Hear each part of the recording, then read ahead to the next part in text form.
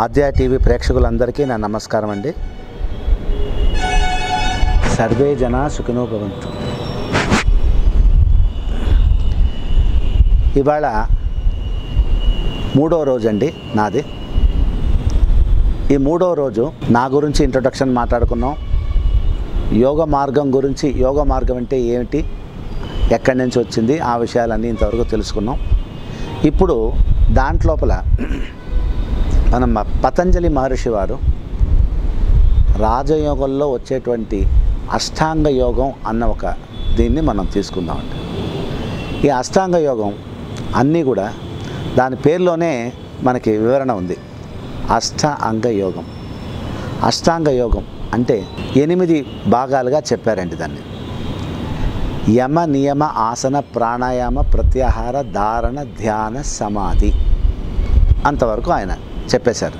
అంటే ఎంతవరకు వెళ్ళిపోయారంటే A B C D alphabet దగ్గర నుంచి పోయిట్స్ రాసి ఆఖరికి మీరు ఇంగ్లీష్లో టాప్ మోస్ట్ లెవెల్కి వెళ్ళిపోవడం ఎంతవరకు ఉందో దానికంటే పైభాగం అండి. ఇతను చెప్పిన మార్గం ఏంటంటే మనం చనిపోయిన తర్వాత కూడా మనకి పరిస్థితి ఏమిటి అన్న విషయాన్ని కూడా చెప్పేసి ఆయన ముగించారు.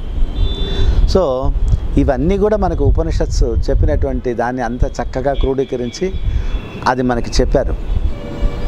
సో ఇందులో యమ నియమ ఆసన ప్రాణాయామ ప్రత్యాహార ధారణ ధ్యాన సమాధి అష్టాంగం 8 అంగాలు. సో దీంట్లో యమం అంటే ఏమిటి అన్న పాయింట్ వచ్చినప్పుడు మొట్టమొదట మీరు ఏంటి, అహింస. దాంట్లో వచ్చేటువంటి దానిలో అహింస అంటే ప్రతి ఒక్క మనిషి కూడా సరేనండి, నేను యోగ మార్గంలో వస్తాను కానీ నా ఇష్టం వచ్చినట్టుగా నేను నడుచుకుంటాను, కానీ దీనిలో నాకు కావాలంటే రాదండి. ఖచ్చితంగా ఒక డిసిప్లైన్ ట్రాక్ లోపలికి వచ్చేయాలి. ఎలాగైతే నేను ఒక రైలు వెళ్ళాలంటే 2 పట్టాల అవసరం ఉంది అని చెప్పి ఎలాగైతే అంటానో, అలాగే యోగ మార్గం నేర్చుకోవాలంటే ఈ 8 అంగాలు చాలా ఇంపార్టెంట్. అంటే దానిలో ఒక్కొక్క అంగం గురించి మనం వివరణగా మాట్లాడుతున్నాం ఇప్పుడు. సో ఇప్పుడు దీనిలో వచ్చిన ప్రకారంగా అహింస అంటే ఎదుటి వాళ్ళకి మన ఏదైనా వాళ్ళకి హాని కలిగించి దాని నుంచి మన ఆనందం పొందడం, వాళ్ళని అహింస మార్గంలో మనం వెళ్ళటం. అది మనుషుల్ని మాత్రమే కాదండి, ఏదైనా సరే, ఏ ఒక్క జీవాన్నైనా సరే అహింస చేయకుండా ఉండడం అనేది ముఖ్యమైనటువంటి విషయంగా మొట్టమొదటిగా చెప్పారండి యమంలో. రెండవది ఏంటంటే సత్యం. సత్యం అంటే మనం ఏది మాట్లాడతామో మాట్లాడినలో అబద్ధం అన్న మాట లేకుండా సత్యమే పలకడం అనేది ఉంటుంది. ఏమిటండి ఇది సత్యం రెండవది. ఇలా మనకి యమ నియమ ఆసన ప్రాణాయామ ప్రత్యాహార ధారణ సమాధి లోపల ఆస్తేయం అని మూడవది. ఈ ఆస్తేయం లోపల ఏమొస్తుందంటే ఎదుటి వాళ్ళ దగ్గర ఉన్న వస్తువులని మనం దొంగతనం చేయడం, అపరిగ్రహం చేయడం అని జరగడాన్ని ఆస్తేయం అంటారు. నాలుగవది బ్రహ్మచర్యం. బ్రహ్మచర్యం అంటే మనం ఎప్పుడు అయినంత వరకు మనకి బ్రహ్మచర్యాన్ని పాటించుకుంటూ ఉండడం అనేది లోపల మనిషికి ఉండేటువంటి బలం ఏదైతే భగవంతుడు మనకి ఇచ్చాడో, రక్త మాంసాలతో పాటుగా మనకి బ్రహ్మచర్యం మూలంగా వచ్చేటువంటి పవర్ కూడా చాలా ఎక్కువ పవర్ అండి. అందువల్ల ఇది కూడా ఒక ముఖ్యమైనటువంటి విషయంగా ఈ బ్రహ్మచర్యాన్ని ఎవరైతే పాటించకుండా 24 గంటలు వేరే ఆలోచనలో ఉన్నవాళ్ళు ఎవరైతే ఉంటారో వాళ్ళకి ఆటోమేటిక్గా మైండ్ అంతా డైల్యూట్ అయిపోయి డీవియేట్ అయిపోతుంది. ఎక్కడికక్కడ మనసు కంట్రోల్లో లేకుండా తప్పిపోతుంది. దేన్ని చూసినా దాని మీద కాము, దేన్ని చూసినా దాని మీద అట్రాక్షన్ అయిపోవడం, దేన్ని చూసినా అయిపోవడం, ఇవన్నీ మీకు ఒక దగ్గరికి రావాలంటే అందుకే 13వ వయసు నుంచి గురువు దగ్గర వదిలేస్తారు.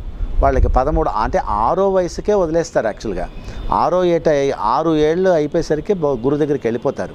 6 ఏట నుంచి వాళ్ళకి దగ్గర 16, 17 సంవత్సరాల వరకు, 18 సంవత్సరాల వరకు గురువు దగ్గరే వాళ్ళు పెరిగేవాళ్ళు. సో అక్కడ అన్ని డిసిప్లైన్స్, పద్ధతులు, ఎలా నడుచుకోవాలో, నియమనిష్టలు ప్రతి ఒక్కటి చెప్పి మన పెద్దవాళ్ళు నేర్పించారండి. అలా దీంట్లో ఏంటంటే ఎదుటి వాళ్ళ సొమ్ము మీద కానీ దాని మీద కానీ మనం ఆశపడకుండా మనకి భగవంతుడు ఏదైతే ఇచ్చాడో ఇచ్చిన దానిలో తృప్తిపడి ముందుకు వెళ్ళిపోవడం అనేది ఆస్తేయం. అయితే బ్రహ్మచర్యం ఏమిటంటే మన దగ్గర ఎంత బలం ఉన్నా ఆ బలాన్ని మనం కాపాడుకుంటూ రావాలి. ఎందుకంటే అదే పొక్కిషం. బంగారం కాదండి మన పొక్కిషం, లేకపోతే డబ్బులు కాదండి మన పొక్కిషం. అవన్నీ కూడా మీరు చనిపోయిన తర్వాత మీకు ఏం సంబంధం లేకుండా వెళ్ళిపోతాయి. కానీ బ్రహ్మచర్యం మాత్రం మీరు ఏం చేసి మీరు ఫలితం ఇచ్చారో అది మీరు చనిపోయిన తర్వాత కూడా సరే ఇక్కడ ఉన్న మనుషులకి మనం చెప్పినటువంటి విషయం కానీ వాళ్ళకి వెళ్ళి ఏం చేరిందో అది కానీ అన్నీ కూడా చాలా స్థిరంగా నిలబడిపోతుందండి. దానికి కారణమైనటువంటిది ఈ బ్రహ్మచర్యం అన్నటువంటి ముఖ్యమైనటువంటి విషయం అండి. తర్వాత దయ కలిగి ఉండడం. దయ కలిగి ఉండడం అంటే ఎప్పుడైనా సరే ఎదుటి వాళ్ళు ఏదైనా ఇబ్బంది పడుతున్నారు అనుకోండి, మనం వాళ్ళని చూసిన వెంటనే కావాలే ఏదో ఒకటి వాడు పాపాన్ని వాడు పోతాడు అలా కాదండి. కొంచెంసేపైనా వాడి మీద అయ్యో అలాగా అని చెప్పి మన మనస్ఫూర్తిగా మనసు లోపల నుంచి మన వాళ్ళ మీద ఒక దయ కలిగి ఉండడం. అయ్యా పోన్లే వాడు చావు వాడు చేస్తాడులే అని అట్లా కాకుండా వాడు దయ కలిగి ఉండడం అనేది మనకి చాలా ముఖ్యమైనటువంటి విషయం. దయ కూడా మనిషికి కావాల్సిందండి. సో తర్వాత ఏంటంటే ఆర్జవము. అది ఆర్జవము అంటే ఏంటంటే ఇప్పుడు నీకు ఇష్టమైన మనుషులు ఉంటారు, ఇష్టం లేని వ్యక్తులు ఉంటారు. ఇష్టమైన వ్యక్తులకి ఇష్టం లేని వ్యక్తుల్ని అందరూ కూడా నీకు ఇష్టమైన వ్యక్తిని నువ్వు బాగా చూసుకో, కాదని కాదు. ఇష్టం లేని వ్యక్తిని కూడా వాడిని అసహించుకొని పక్కన పోకుండా అందరూ వైపు కూడా సమానమైనటువంటి దృష్టితో మనం చూడగలగాలండి, చూసి ఉండగలగాలి. అది మనకి ఆర్జవము అంటారు. తర్వాత క్షమ గుణం కలిగి ఉండాలి. క్షమ అంటే ఏంటండి? క్షమ అంటే ఇప్పుడు ఏదో ఒక ఎదుటి మనిషి మనకేదో ఒక హాని కలిగించాడు, తప్పు చేసినా కానీ మనం ఏం చేయాలి? ఆ మనిషిని తప్పు చేసినంత మాత్రం ఆ మనిషిని ఇమీడియట్గా ఆ మనిషిని పో అని చెప్పి దూరం చేసుకోకుండా వాడిని సరేలే ఆ తప్పు చేయకుండా మళ్ళీ చూసుకోవాలని వాడి మీద దయ ఉంచి మనం క్షమించి మళ్ళీ ఇంకోసారి ఆ తప్పు చేయక బాబు అని చెప్పి క్షమించి వదిలేయడం అనేది చాలా గొప్ప గుణం. అందువల్ల క్షమ అన్నది కూడా దీనిలో ముఖ్యమైనటువంటి విషయంగా చెప్పారు మన ఇతను. క్షమ తర్వాత ధృతి అండి. ఎటువంటి మనకి ఎత్తు పొలాలు వస్తుంటాయి జీవితం లోపల, మంచి పైకి వెళ్తుంటాం, కిందకి వస్తుంటాం. ఎటువంటి స్థలం వచ్చినప్పుడు అతి సంతోషం వచ్చినప్పుడు అంతా ఎగిరి గంతులు వేసేసి అయ్యో నాకు వచ్చేసింది అని ఆనందపడిపోయి, అలాగే కింద పడిపోయినప్పుడు అయ్యో జీవితంలో ఎవరికి రాని కష్టం నాకు వచ్చేసిందే, నేనే కింద పడిపోయానే, ఇంకా నన్ను ఎవరు పట్టించుకునే వాళ్ళు లేరే, నేను ఎలా బతకాలి అని చెప్పి ఇలా నీకు విపరీతమైన సంతోషం వచ్చినప్పటికీ విపరీతమైనటువంటి కష్టం వచ్చినప్పటికీ రెండింటికి కూడా ఎటువంటి రియాక్షన్ లేకుండా ఆనందం వచ్చిందా, భగవత్ కృప, భగవంతుడు ఇచ్చాడు అన్నటువంటి మనసు కలిగి ఉండాలి. అలాగే కష్టం వచ్చిందా, భగవంతుడు నన్ను పరీక్ష చేస్తున్నాడు, సరేలే కానీ ఇది కూడా మనకు ఒక భాగమే, మన జీవితానికి ఒక భాగమే అనుకుని దాన్ని కూడా నార్మల్గా ఆనందంగా తీసుకుని ముందుకు వెళ్ళిపోయేటువంటి మనసు మనకి కలిగి ఉండాలండి. ఆ తర్వాత మితాహారం. ఈ మితాహారం అంటే మనము ఎప్పుడైనా సరే ఆహారం భోంచేసేటప్పుడు మనం ఏం చేయాలంటే మనకి 100% మన కెపాసిటీ ఉందని అనుకోండి, ఒక 100% మనకు ఉన్న కెపాసిటీ లోపల ఎప్పుడు ఒక 25% ఎప్పుడు ఖాళీగా పెట్టాలి కడుపుని. 75% మాత్రమే మనం తినగలిగిన అవకాశం ఉండి మనం ఫుల్గా తినగలిగే మనకి బలం ఉన్నప్పటికీ కూడా మనం 75% మాత్రమే మనం తిని మిగతా ఉన్న 25% కూడా కడుపుని ఖాళీగా పెట్టి ఉండాలి. ఎప్పుడు ఆ మితాహారం తినాలి, అలా ఒకటి ఉండాలి. రెండవది మితాహారం అంటే హెవీ ఫుడ్స్, అంటే చాలా డైజెషన్ అవ్వడానికి కష్టమైనటువంటి ఆహారాలని మనం తీసుకోకూడదండి. నేను ఇది అది అని ఏది పేరు చెప్పను, దీన్ని బట్టి మీరే అర్థం చేసుకోండి. మన శరీరం లోపల ఉండేటువంటిది ఎటువంటి మీకు మిషను లేదండి మనకి లోపల. మనకి శరీరంలో కావాల్సినటువంటి చిన్న ఏంటంటే కావాల్సిన మన ఏదైతే ఆహారం తీసుకుంటామో దాన్ని డైజెస్ట్ చేయడానికి ఒక హైడ్రోక్లోరిక్ యాసిడ్ మన బాడీ లోపల ఉత్పత్తి అవుతుంది. ఆ హైడ్రోక్లోరిక్ యాసిడ్ ఏదైతే ఉత్పత్తి బాడీలో అవుతుందో ఆ అవుతున్న హైడ్రోక్లోరిక్ యాసిడ్ ఏం చేస్తుంది, మన ఆహారం తిన్నట్టునే దాన్ని బర్న్అవుట్ చేస్తుంది.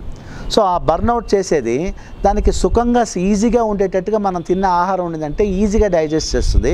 అదే గట్టి పదార్థాలని మనం లోపల పంపించామంటే కొంత అది ఎంతైతే సెక్రీట్ అయిందో ఆ యాసిడ్ అది కొంత పదార్థాన్ని మాత్రమే అరగకొట్టి మిగతా ఉన్న పదార్థాన్ని బ్యాడ్ ఫ్యాట్ కింద, బ్యాడ్ కొలెస్ట్రాల్ కింద మన బాడీలో హెవీ ఫ్యాట్ వచ్చేసేట్టుగాను, తర్వాత అన్డైజెషను, లేజినెస్, డ్రౌజీనెస్, డల్నెస్ అన్నీ వచ్చేయడానికి కారణంగా అది ఉండిపోతుంది. అందువల్ల ఎప్పుడూ సరే మన 1/4 ఆఫ్ మన స్టమక్ని ఎప్పుడు ఖాళీగా పెట్టుకోవడం ఉండడం, మితాహారం తీసుకోవడం, లైట్గా ఆహారం తీసుకోవడం, హెవీగా తీసుకోకుండా ఉండడం చేయాలండి.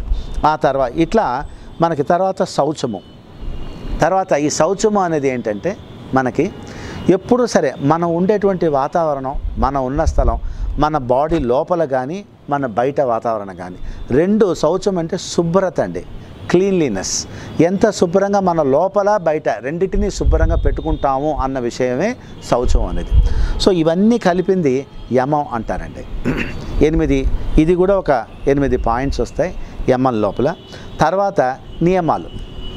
మనకి నియమాల లోపల చాలా ఇప్పుడు ముఖ్యమైనటువంటి విషయం ఏమిటంటే ఫస్ట్ తపస్సు. సో ఈ తపస్సు దాని మీదనే ముందు మనం మాట్లాడబోతున్నామండి, తపస్సు మీద. కానీ ఇప్పుడు ఇది ఓవరాల్గా నియమా గురించి మొత్తం చెప్పేసేద్దాం, తర్వాత దాని మీద డీటెయిల్డ్ టాపిక్ తర్వాత మనం మాట్లాడతాం. ఇప్పుడు నియమం లోపల ఏమొస్తుందంటే తపస్సు అంటే కృషి అండి. ఏ దానికోసమైనా సరే మనిషి కృషి చేశారంటే ఫలితం తప్పక దొరుకుతుంది, దానిలో సందేహమే లేదండి. సో ఆ కృషి చేస్తూ మనం వెళ్ళాలి, మంచి మార్గానికోసం, మంచి విషయానికోసం కృషి చేసేటువంటిదే తపస్సు అండి. రెండవది నియమం అండి. ఈ నియమంలో మొట్టమొదట వచ్చేటువంటి పాయింట్ ఏంటంటే తపస్సు అంటే ఒక మంచి మార్గానికోసమని మన గురించి మనం తెలుసుకోవడం కానీ అనుకోండి, లేకపోతే ఒక మంచి విషయానికోసమని కానీ ఒక మనిషి చేసేటువంటి కృషి అన్నదే తపస్సు అండి. ఆ తపస్సు మనం ఎంత దీక్షగా చేస్తాము అన్న దాని మీద నుంచి వాళ్ళకి ఫలితాలు దొరుకుతాయండి. అది మన ఇహానికి పరహానికి రెండిటికి మార్గం చూపించేటువంటి విషయమే తపస్సు. సో ఇప్పుడు రెండో విషయం ఏంటంటే హ్యాపీనెస్, మనిషికి సంతోషం. సో సంతోషం కలిగి ఉండడం అనేది ఎప్పుడూ మనకి చాలా ముఖ్యమైనటువంటి విషయం. మనకి బాధలు వచ్చినా ఎట్లా వచ్చినా ఎక్కువగా సంతోషం లేకుండా ఎక్కువగా బాధ లేకుండా ఎప్పుడు ఒకటే లాంటి ఆనందంలో ఉండడం అనేది పెట్టుకోవాలి, మనసుని పెట్టుకోవడం అలవాటు చేయాలండి. మీరు ఎలా అలవాటు చేస్తే అది అలా అలవాటు అవుతుంది మనస్సు. సో మన రెండవది సంతోషం కలిగి ఉండడం. దాని తర్వాత ఆస్తిక్యం అనేది మూడవది. ఈ ఆస్తిక్యం అంటే మనకేమిటంటే మన పెద్దవాళ్ళు రాసిచ్చినటువంటి స్క్రిప్చర్స్ అంటే వేదాలు కానీ ఉపనిషత్స్ కానీ అవన్నీ కూడా పెద్దవాళ్ళు మనకి ఏది చేసి చెప్పించి వచ్చారో దాని ప్రకారంగా మన ధర్మ మార్గంలో దాన్ని పాటించుకుంటూ స్ట్రిక్ట్గా దారిలో మనం నడుచుకుంటూ పోవడం అండి. నాలుగవది దానం. ఇది ఏంటంటే దానం ఇవ్వడం అంటే మనం ఏదో దొంగతనంగా చేసుకొచ్చిన డబ్బుల్ని దానం ఇచ్చి చేయడం అనేది కరెక్ట్ పద్ధతి కాదండి. మనం ఏదైతే కష్టపడి ధర్మ మార్గంలో మనం సంపాదించుకుని ఆ ధర్మ మార్గంలో మనం సంపాదించినటువంటి 10 రూపాయల డబ్బు అయినా సరే, సో అందులోపల నుంచి మనం సంపాదించిన డబ్బులు 10 రూపాయలు ఉందనుకోండి, దానిలో కష్టపడి ధర్మ మార్గంగా సంపాదించిన డబ్బులు 10 రూపాయలు ఉందంటే దానిలో 50 పైసలు కానీ 1 రూపాయి కానీ 1 రూపాయిన్నర కానీ 2 రూపాయలు కానీ అది దానంగా 10 మందికి ఉపయోగపడే విషయంగా మనం ఇచ్చినప్పుడు అది నిజమైనటువంటి దానం అని చెప్పబడుతుందండి. మనకేదో కోట్లు ఉండి అధర్మ మార్గంలో సంపాదించిన డబ్బుని మనం తీసుకెళ్ళి అందరికీ ఇచ్చేసేయడం అది ధర్మం అని చెప్పరండి, అది దానం అని చెప్పరు. ఇదినే దానం అని చెప్తారు. ఇదే మనం పాటించాలి, అందరం కూడా దాన్నే నమ్ముకుని అదే దారిలో వెళ్ళాలండి. అది దాని తర్వాత మనకి ఈశ్వర ప్రణిధానం అంటే మన జీవితంలో ప్రతి ఒక్క అడుగు కూడా భగవంతుడికి మనల్ని మనం అర్పించి ఉండడం, మనల్ని పూర్తిగా అర్పించి ఉండడం. భగవంతుడు అన్నది మీరు ఒక పవర్ అని అనుకోండి, లేదంటే భగవంతుడు అనేది ఇది ఫలానా మీరు ఇష్టమైన దైవం అనే అనుకోండి, లేకపోతే కొంతమంది ఇష్ట దైవం అంటారు, కొంతమంది ఇష్ట దైవం లేదంటారు. ఎవరు లేకపోతే నాకు దేని మీద నమ్మకం లేకపోతే ఆఖరికి తల్లిని మాతృ స్వరూపాన్ని కూడా దైవం కింద మీరు కొలవచ్చండి. అక్కడ ఈశ్వర ప్రణిధానం, అదే ఈశ్వరుడు అని అన్నప్పుడు వాళ్ళకి టోటల్గా మనల్ని మనం సరెండర్ చేసుకుంటూ ఉండిపోవడం అనేది అది ఈశ్వర ప్రణిధానం అన్నటువంటి విషయం చెప్తారండి. ఆ తర్వాత శ్రవణం. మనం ఏదైతే మంచి విషయాలు ఉన్నాయో ఆ మంచి విషయాలను మనం వినాలండి, చదవాలండి, దాన్నే పాటించడానికి మనం ప్రయత్నం చేయాలండి. ఆ తర్వాత మనకి హ్రీ అంటారు ఇంకొకటి. ఆ హ్రీ అనేది ఏమిటంటే మనం వేదాల్లో దానిలో అన్నిట్లో కొన్ని విషయాలు చాలా కటువుగా కూడా చెప్పి ఉంటారండి. ఆ కటువుగా చెప్పిన విషయాలు అన్నిటినీ అలాగే ఆయన మక్కి చెప్పినట్టుగా మనం పాటించాలి అన్న పాయింట్ మనసులో పెట్టుకోకుండా కొన్ని విషయాల్ని చిన్న దాన్ని మార్చి మనకు కావాల్సిన అనుగుణమైనటువంటి స్మూత్ మార్గం లోపల మనం దాన్ని తీసుకుని చక్కగా దాన్ని పాటించుకుంటూ, కానీ అక్కడ చెప్పినటువంటి విషయాన్ని మనం పాటించడం అనేది చాలా ఇంపార్టెంట్ అండి, చాలా ముఖ్యమండి. అదే మనం పాటించుకుంటూ వెళ్ళాలండి. తర్వాత మీ మతి అనేది, ఇక్కడ మతి అనేది ఏమిటంటే మీరు ఏదైతే మన రిలీజియస్ బుక్స్ లేకపోతే మన నమ్మినటువంటి మార్గం ఉందో ఆ మార్గానికి సంబంధించినటువంటి బుక్స్ ఏదైతే ఉన్నాయో ఆ బుక్స్ని మనం రెగ్యులర్గా నిత్య పఠన లోపల మనం ఎప్పుడూ పెట్టుకుంటూ ఉండాలండి. ఎందుకంటే ఎప్పుడైనా సరే ఒక మనిషి ఎంత గొప్ప జ్ఞాపక శక్తి ఉన్న వ్యక్తి అయినా సరే ఒక బుక్ని మళ్ళీ చదువుతూ ఉండగా మీ మనస్సు లోపల ఒక ముద్ర పడిపోయి ఆ భగవంతుడు అన్నవాడు ఇన్ని రకాలుగా మనకి లాభానికి ఇన్ని రకాలుగా మనకి పక్కన అండగా ఉంటాడా దండగా ఉంటాడా అని చెప్పి మన లోపల ఇంకి లోపల నుంచే ఉండేటువంటి భగవంతుడు మనం ఆటోమేటిక్గా అర్థం చేసుకున్నటువంటి పరిస్థితి వరకు దాన్ని తీసుకెళ్తుందండి. అందువల్ల మనం ఇక్కడ ఏదైతే మంచి పుస్తకాలు ఉన్నాయో ఆ పుస్తకాలని మనకి అంటే వేదాలు కానీ ఉపనిషత్స్ కానీ భగవద్గీత కానీ లేకపోతే రామాయణ మహాభారతాలు కానీ ఇలా హిందూ స్క్రిప్చర్స్లో ఉన్న వాళ్ళందరికీ వేరే వాళ్ళకి వాళ్ళ బుక్స్ వాళ్ళకి ఉన్నాయండి. దాన్ని వాళ్ళు పాటించుకుంటే చాలు. అలా పాటించుకుంటూ చేసుకుంటూ వెళ్ళాలండి. దాని తర్వాత నెక్స్ట్ ఏమిటంటే జపం అండి.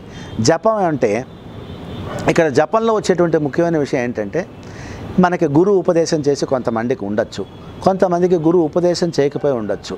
కానీ మన మనస్సుకి గురువు ఉపదేశం చేసిన మంత్రాన్ని నిత్యం పఠించుకుంటూ ఆయన్ని పరిపూర్ణంగా నమ్ముకుంటూ తర్వాత ఆ భగవంతుడి ఆ గురువు నుంచి మనం టోటల్గా సరెండర్ అయిపోయి భగవంతుడి దగ్గర సరెండర్ అయిపోయి ఉండిపోయినప్పుడు మనకు అన్ని దారులు జరుగుతూ ఉంటాయి. అది జపం అంటారండి. ఆయన చెప్పినటువంటి మంత్రం మూలంగా అది నిచ్చెన అనమాట. ఆ నిచ్చెన పైకి ఎక్కడానికి ఈ జపం మూలంగా జపం చేస్తూ మనసుని అంతా ఒక దగ్గర ఏకీభవించి ఒక దగ్గర ఆ ఏకీభవించినటువంటి మనసుతో ఒకటే మనసుతో భగవంతుడు ఉన్నాడు అనే పరిపూర్ణ నమ్మకంతో మన గురువు మన పక్కనే ఉన్నాడు మనకి దారి చూపిస్తున్నాడు అన్న పరిపూర్ణ నమ్మకంతో ఆ భగవంతుని మనం చేరుతున్నాం అన్న ఒక పూర్వపూర్ణ నమ్మకంతో మనం ముందుకు వెళ్ళిపోతున్నప్పుడు మనకి ఈ జపం అనేది అడుగడుగున మనకి మనసుని లయింపచేయడానికి చాలా ఉపయోగపడుతుందండి. అందువల్ల జపం అనేది చాలా ముఖ్యమైనటువంటి విషయం అండి ఇందులోపల. దాని తర్వాత వ్రతం అండి. వ్రతం అంటే ఏదైతే మనకు వేదాలు కానీ ఉపనిషత్స్ కానీ మనకి ఏదైతే ఇట్లా నడుచుకోండి ఇలా మీరు బతకండి అని చెప్పి మార్గాలు మనకు చూపించిందో దానికి కట్టుబడి ఉండడం అండి. మనస వాచ కర్మేణ మన దానికి కట్టుబడి ఉండాలి. అది ఫోర్స్ఫుల్గా ఇంప్లిమెంట్ అనేది కాకుండా మన జీవితంలోనే అది ఒక అలవాటు కింద వచ్చేసేయాలండి. సో ఇది యమ నియమం రెండు విషయాల గురించి తెలుసుకున్నామండి.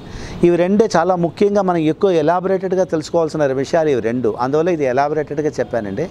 ఇప్పుడు నెక్స్ట్ మనకు వచ్చేది ఏంటంటే ఆసనాస్ అండి. ఈ ఆసనాట్ ఏంటంటే ఒక్కొక్క ఆసనాస్ లోపల దగ్గర 76 లక్షల ఆసనాలు ఉన్నాయని చెప్తాయి మన స్క్రిప్చర్స్ అంతా. 76 లక్షలు. ఈ 76 లక్షల లోపల ఒక 7500 ఆసనాలు మాత్రం 7500-600 పోస్టర్స్ ఆసనాలు ఇవాళ మనకి ప్రాక్టీస్లో ఉన్నాయండి. మిగతాది మనకి తెలియవు. ఈ 7500-600 ఆసనాల లోపల అట్లీస్ట్ ఒక 70 ఆసనాలు అంటే 1% మొత్తం మీద ఆ 70 ఆసనాలు ఒక మనిషి తెలుసుకుని దాన్ని చేస్తూ ఉంటే అది చాలండి. ఆ ఒక్కొక్క ఆసనం ఒక్కొక్క పోస్టర్లోనూ ఒక్కొక్క మహానుభావుడు తపస్సులాగా దాన్ని చేసి ఆ పోస్టర్లోనే ఉండి మనసుని లయింపజేసి మెడిటేషన్ చేసిన వాళ్ళు ఎంతోమంది మహానుభావులు ఉన్నారండి. సో అలా లయింప చేసుకుంటూ ఆసనాన్ని మనసుని శరీరాన్ని రెండిటిని మనం లయింపచేసి ఒక్క దగ్గర పెట్టడం అనేది చేయాలండి. ఆ చేసే దానిలో ఈ 70 ఆసనాలు ఆఖరికి చేసినా చాలండి. ఈ 70 ఆసనాల్లో కూడా మనకి రెగ్యులర్గా మన టైంని బట్టి మనం చేసుకోగలిగిన ఆసనాలు ఒక 30-35 ఆసనాలు ఉన్నాయండి. మన రెగ్యులర్గా చేయాల్సిన మిగతా అన్నీ కూడా అలైడ్ ఆసనాస్. దానికన్నిటికీ ఈ ఆసనం మనం చేయాలంటే ఈ 2-3 ఆసనాలు మనం చేసామంటే ఈ ఆసనం సులభంగా వస్తుంది అని, ఈ 2-3 ఆసనాలు చేసామంటే ఈ ఆసనం సులభంగా మనకు వస్తుంది అని చెప్పి దానికి అలైడ్ ఆసనాస్ అనమాట. అన్నీ దానికి సంబంధించినటువంటి ఆసనాలు దీనికి మెయిన్ ఆసనానికి ఉపయోగపడేటువంటి ఆసనాలుగా మిగతా ఆసనాలు ఉంటాయి.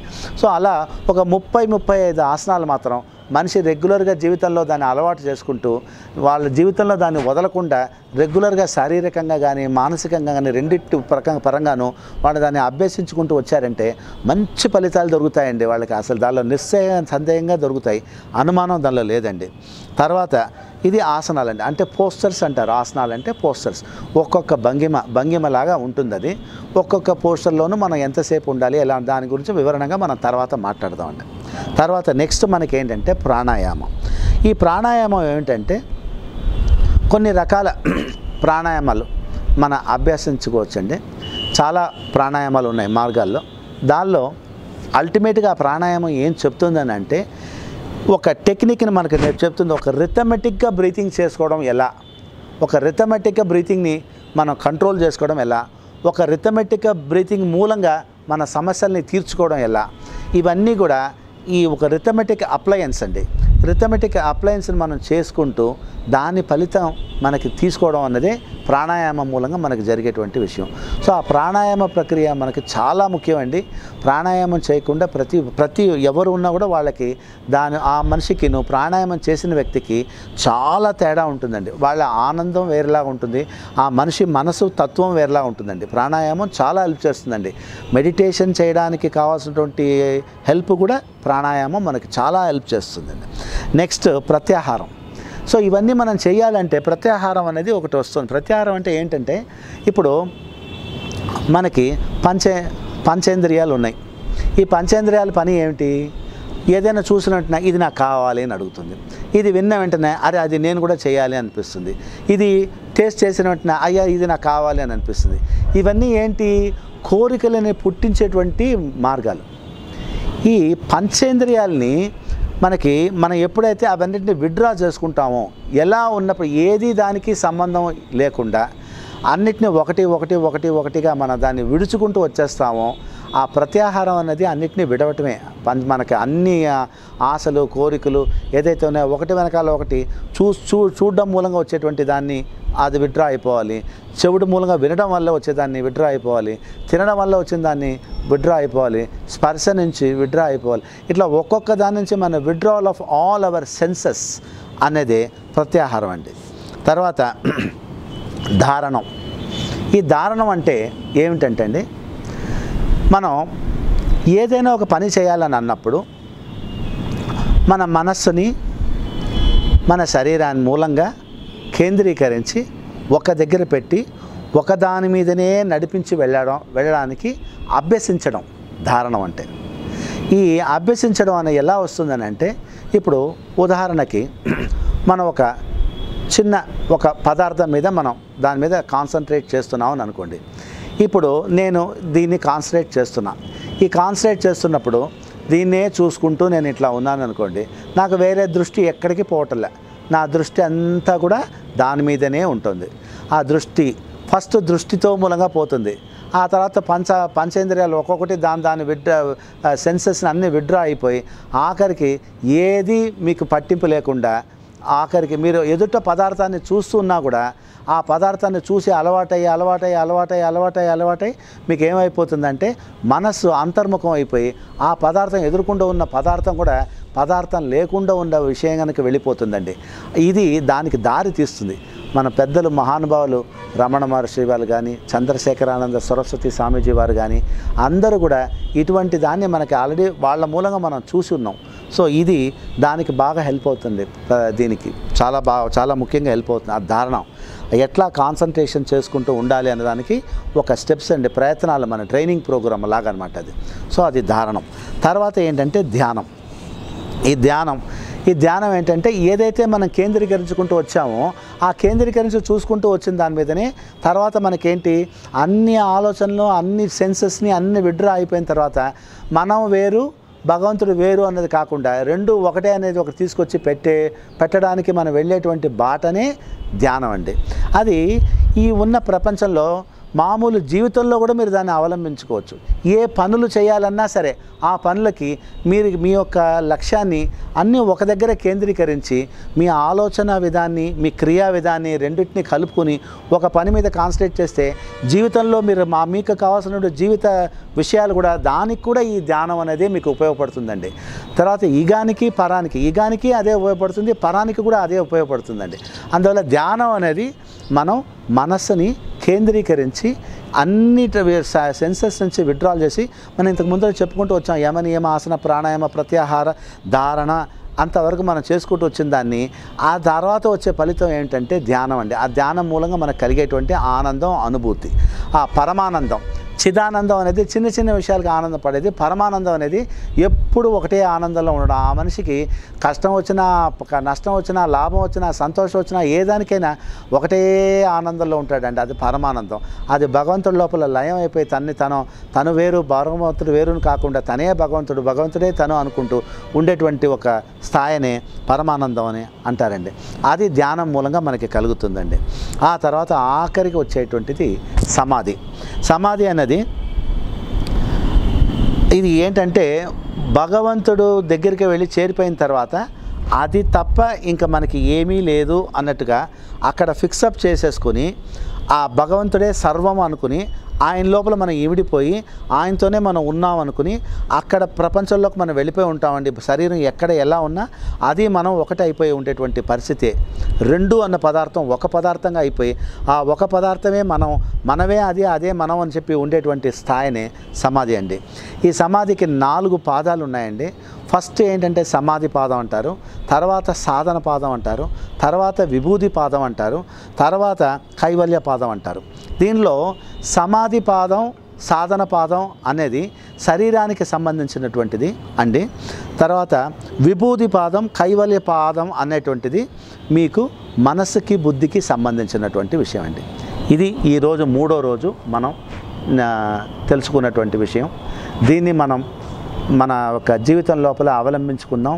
ఈ మార్గాలు, మంచి మార్గాల్ని, ఈ అష్టాంగాల్ని జీవితంలో కూడా మనం ఎలా దీన్ని అవలంబించాలి అన్న విషయాన్ని తెలుసుకుంటూ ఈ ఛానల్ని రెగ్యులర్గా చూస్తున్న వాళ్ళు దయచేసి దీన్ని సబ్స్క్రైబ్ చేసుకుంటూ ఇంకా ముందు నేను చెప్పబోయేటువంటి విషయాల్ని ఈ ఛానల్ మూలంగా, ఆద్య ఛానల్ మూలంగా మీరు తెలుసుకోవాల్సిన విషయాలన్నీ కూడా మీరు రెగ్యులర్గా సబ్స్క్రైబ్ చేసుకుంటూ వినాలని నా మనవి అండి.